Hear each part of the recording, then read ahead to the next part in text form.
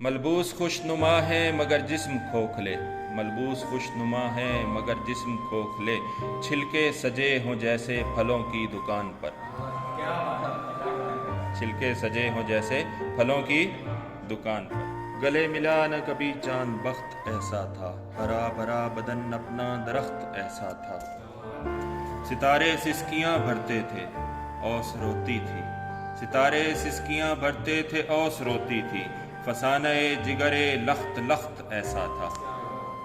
خزاں کے چاند نے پوچھا یہ جھک کے کھڑکی میں، خزاں کے چاند نے پوچھا یہ جھک کے کھڑکی میں، کبھی چراغ بھی جلتا ہے اس حویلی میں، کبھی چراغ بھی جلتا ہے اس حویلی میں۔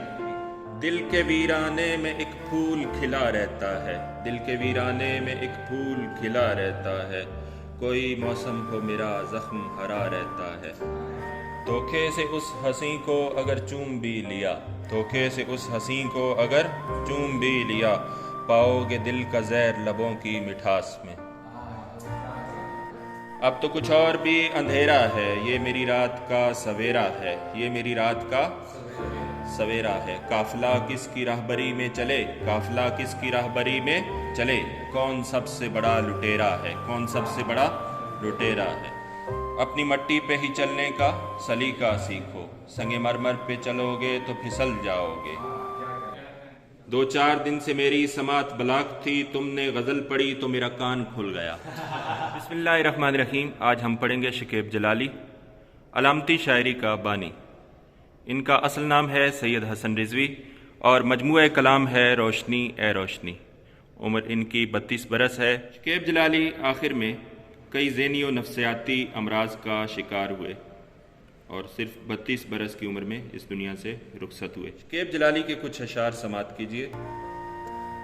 شکیب اپنے تعارف کے لیے یہ بات کافی ہے، شکیب اپنے تعارف کے لیے یہ بات کافی ہے، ہم اس سے بچ کے چلتے ہیں جو رستہ عام ہو جائے، ہم اس سے بچ کے چلتے ہیں جو رستہ عام ہو جائے۔ جس قدر خود کو وہ چھپاتے ہیں لوگ گرویدہ ہوتے جاتے ہیں، جس قدر خود کو وہ چھپاتے ہیں لوگ گرویدہ ہوتے جاتے ہیں۔ فصیل جسم پہ تازہ لہو کے چھینٹے ہیں، حدود وقت سے آگے نکل گیا کوئی، حدود وقت سے آگے نکل گیا کوئی۔ گلے ملا نہ کبھی چاند بخت ایسا تھا، گلے ملا نہ کبھی چاند بخت ایسا تھا، ہرا بھرا بدن اپنا درخت ایسا تھا۔ ستارے سسکیاں بھرتے تھے اوس روتی تھی، ستارے سسکیاں بھرتے تھے اوس روتی تھی، فسانہ جگرے لخت لخت ایسا تھا۔ وہاں کی روشنیوں نے بھی ظلم ڈھائے بہت، وہاں کی روشنیوں نے بھی ظلم ڈھائے بہت، میں اس گلی میں اکیلا تھا اور سائے بہت۔ ساحل تمام اشکے ندامت سے اٹ گیا، ساحل تمام اشکے ندامت سے اٹ گیا، دریا سے کوئی شخص تو پیاسا پلٹ گیا، دریا سے کوئی شخص تو پیاسا پلٹ گیا۔ دل کے ویرانے میں ایک پھول کھلا رہتا ہے، دل کے ویرانے میں ایک پھول کھلا رہتا ہے، کوئی موسم کو میرا زخم ہرا رہتا ہے۔ خزاں کے چاند نے پوچھا یہ جھک کے کھڑکی میں، خزاں کے چاند نے پوچھا یہ جھک کے کھڑکی میں، کبھی چراغ بھی جلتا ہے اس حویلی میں، کبھی چراغ بھی جلتا ہے اس حویلی میں۔ جھکی چٹان پھسلتی گرفت جھولتا جسم، جھکی چٹان پھسلتی گرفت جھولتا جسم، میں اب گرا ہی گرا تنگ و تار گھاٹی میں، میں اب گرا ہی گرا تنگ و تار گھاٹی میں۔ زمانے بھر سے نرالی ہے آپ کی منطق، زمانے بھر سے نرالی ہے آپ کی منطق، ندی کو پار کیا کس نے الٹی کشتی میں، ندی کو پار کیا کس نے الٹی کشتی میں۔ جاتی ہے دھوپ اجلے پروں کو سمیٹ کے، جاتی ہے دھوپ اجلے پروں کو سمیٹ کے، زخموں کو اب گنوں گا میں بستر پہ لیٹ کے۔ میں شاخ سے اڑا تھا ستاروں کی آس میں، میں شاخ سے اڑا تھا ستاروں کی آس میں، مرجھا کے آ گرا ہوں مگر سرد گھاس میں۔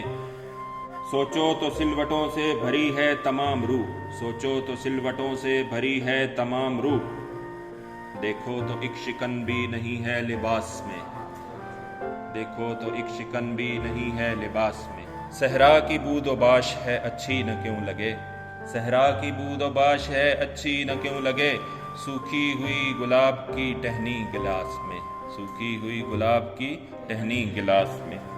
دھوکے سے اس ہنسی کو اگر چوم بھی لیا, دھوکے سے اس ہنسی کو اگر چوم بھی لیا, پاؤ گے دل کا زہر لبوں کی مٹھاس میں.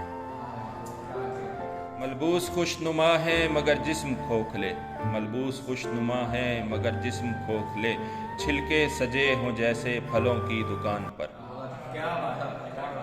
چھلکے سجے ہوں جیسے پھلوں کی دکان پر. پہلا شعر دیکھیے. آ کے پتھر تو میرے صحن میں دو چار گرے, جتنے اس پیڑ کے پھل تھے پسے دیوار گرے. تو پہلا شعر ہے پسے دیوار گرے, دیوار کے پیچھے. پہلا شعر کیا ہے؟ بدقسمتی کا نوحہ, بدقسمتی کا نوحہ ہے یہ شعر. آ کے پتھر تو میرے صحن میں دو چار گرے. پتھر گرے کیا معنی ہے؟ مصیبتوں اور غموں کا آنا, پتھر گرنا. جتنے اس پیڑ کے پھل تھے پسے دیوار گرے. تو مجھے میری محنت کا صلہ نہیں ملا, مجھے میری محنت کا صلہ نہیں ملا. گویا ہماری محنت کا پھل دوسرے کھا گئے اور حقدار بے بسی سے ان کا منہ دیکھتا رہ گیا. گھر کے آنگن میں لگے درخت کے پھل میرے بجائے دوسروں نے کھائے. پتھر اس کے گھر میں گرے اور پھل دوسرے کے گھر میں, وہ محروم رہا. تو سودا نے اسی بات کو کس طرح بیان کیا؟ گل پھینکے ہے اوروں کی طرف بلکہ ثمر بھی, گل پھینکے ہے اوروں کی طرف بلکہ ثمر بھی, اے خانہ بر انداز چمن کچھ تو ادھر بھی, کچھ تو ادھر بھی. دوسرا شعر دیکھیے. مجھے گرنا ہے تو میں اپنے ہی قدموں میں گروں, مجھے گرنا ہے تو میں اپنے ہی قدموں میں گروں, جس طرح سایہ دیوار پہ دیوار گرے, جس طرح سایہ دیوار پہ دیوار گرے. تو شکیب جلالی کہتے ہیں میں کسی کے قدموں میں نہیں گروں گا, ہاتھ نہیں پھیلاؤں گا, غیرت اور خودداری ترک نہیں کروں گا. تو دیوار جب گرتی ہے تو اپنے سائے پر ہی گرتی ہے, دیوار جب گرتی ہے تو اپنے سائے پر ہی گرتی ہے. وہ اپنے تشخص, اپنی شناخت کو قائم رکھے گا. ایک اور شعر میں شکیب جلالی کہتے ہیں, سنیے. تو نے کہا نہ تھا کہ میں کشتی پہ بوجھ ہوں, تو نے کہا نہ تھا کہ میں کشتی پہ بوجھ ہوں, آنکھوں کو اب نہ ڈھانپ مجھے ڈوبتے ہوئے بھی دیکھ,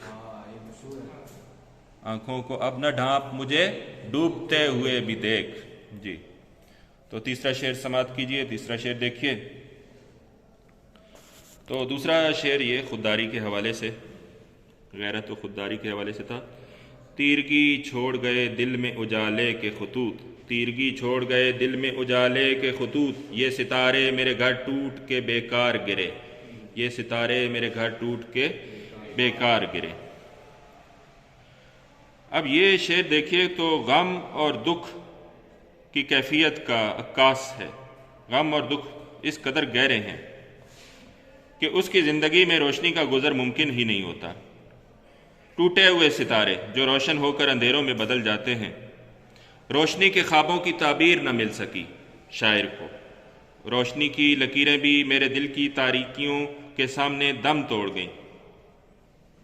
بد نصیبی دیکھیے, محرومی دیکھیے. اب تو کچھ اور بھی اندھیرا ہے, یہ میری رات کا سویرا ہے, یہ میری رات کا سویرا ہے. قافلہ کس کی راہبری میں چلے, قافلہ کس کی راہبری میں چلے, کون سب سے بڑا لٹیرا ہے, کون سب سے بڑا لٹیرا ہے.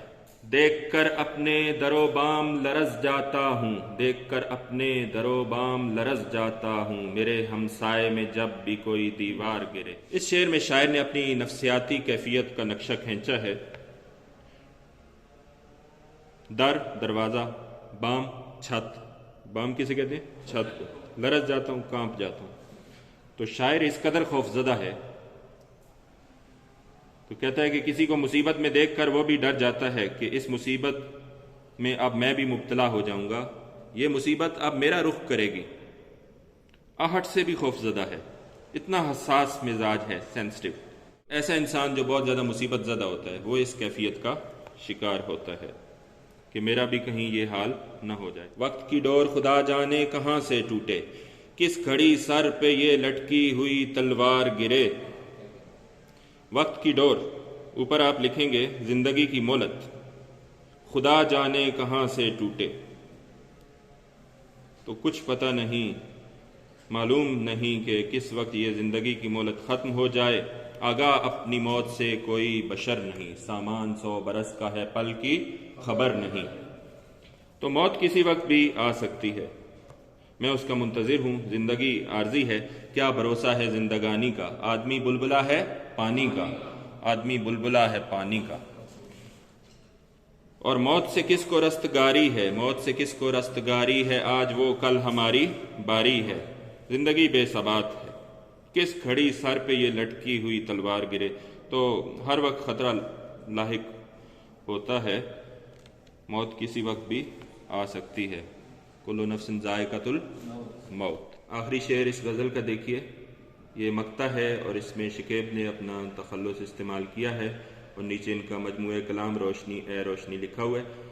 دیکھتے کیوں ہو شکیب اتنی بلندی کی طرف، دیکھتے کیوں ہو شکیب اتنی بلندی کی طرف، نہ اٹھایا کرو سر کو کہ یہ دستار گرے، کہ یہ دستار گرے۔ اتنی آرزویں نہ پالو، اتنی بلندی کی طرف نہ دیکھو، دوسروں کی دیکھا دیکھی، دنیا کے لالچ میں گرفتار ہو کر بہت اونچا نہ اڑو، زیادہ دیر اڑ نہیں سکو گے۔ ہر انسان کا مقدر الگ ہے، سر کی پگڑی زمین پر گر جائے گی۔